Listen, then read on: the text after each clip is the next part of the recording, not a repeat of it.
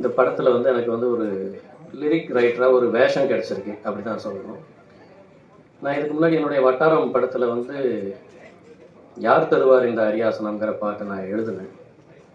அதுக்கப்புறம் நான் எதுவும் எழுதலை. ஏன்னா என்னுடைய எல்லா படங்களுக்கும் வந்து கவி பேரரசு வைரமுத்து சார் அவர்கள் தான் வந்து எழுதுவாங்க. அவுகத் மகேந்திரன் வந்து எனக்கு ரொம்ப நாளாக தெரியும். அவர் ரொம்ப துடிப்பான ஒரு இளைஞர். அவர் ரஹ்மான் சார் கிட்ட அவங்ககிட்டலாம் இருந்திருக்கிறாரு.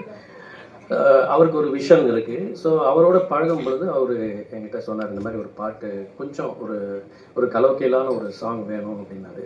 சரி, எனக்கு வந்து அது ஒரு ஒரு வாய்ப்பாக எடுத்துக்கிட்டு அதை எழுதினேன். அது வந்து கரண்ட்டில் இருக்கிற ஒரு சிச்சுவேஷனும் ப்ளஸ் வந்து அதுக்கு பின்னாடி என்ன இருக்கணும் அப்படிங்கும் பொழுது நான் இதில் வந்து 1900ல் சென்னை உருவாகிட்டு இருந்த அந்த நேரங்களில் வந்து உங்களுக்கு பிளாக் டவுனில் வந்து வார்த்தைகள் வந்து புழக்கத்தில் இருந்துச்சு. அதாவது அந்த வார்த்தைகளுக்கு உண்டான அர்த்தம் அகராதி எல்லாமே இருக்குது.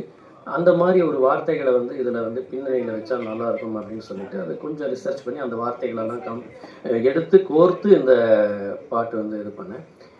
இது ப்ரொமோஷனல் சாங் தான்.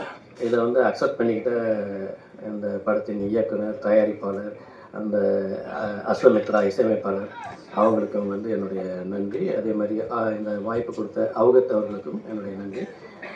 இந்த இந்த மேடைக்கு வந்திருக்கக்கூடியவங்கள்லேருந்தே உங்களுக்கு தெரியும் இது வந்து அது எந்த மாதிரியான ஒரு ஒரு ஒரு அழகான கோர்ப்பு இந்த இடத்துல இருக்குது, இந்த மேடையில் இருக்குது. எல்லாருமே ஒரு பெரிய ஜாம்பவான்கள் இங்கே இருக்கிறது. அவங்களுடைய ப்ரெசன்ஸ் வந்து இந்த படத்துக்கு வந்து ரொம்ப அவசியம்.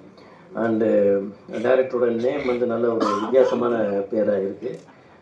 இந்த வித்தியாசமான பேரெல்லாம் வந்து ரொம்ப இமிடியேட்டாக கவனிக்கப்படும். இந்த படம் வரும் பொழுது அவருக்கு உண்டான ஒரு அடையாளம் வந்து ரொம்ப பெருசாக கிடைக்கும் அப்படின்னு என்னுடைய எதிர்பார்ப்பு.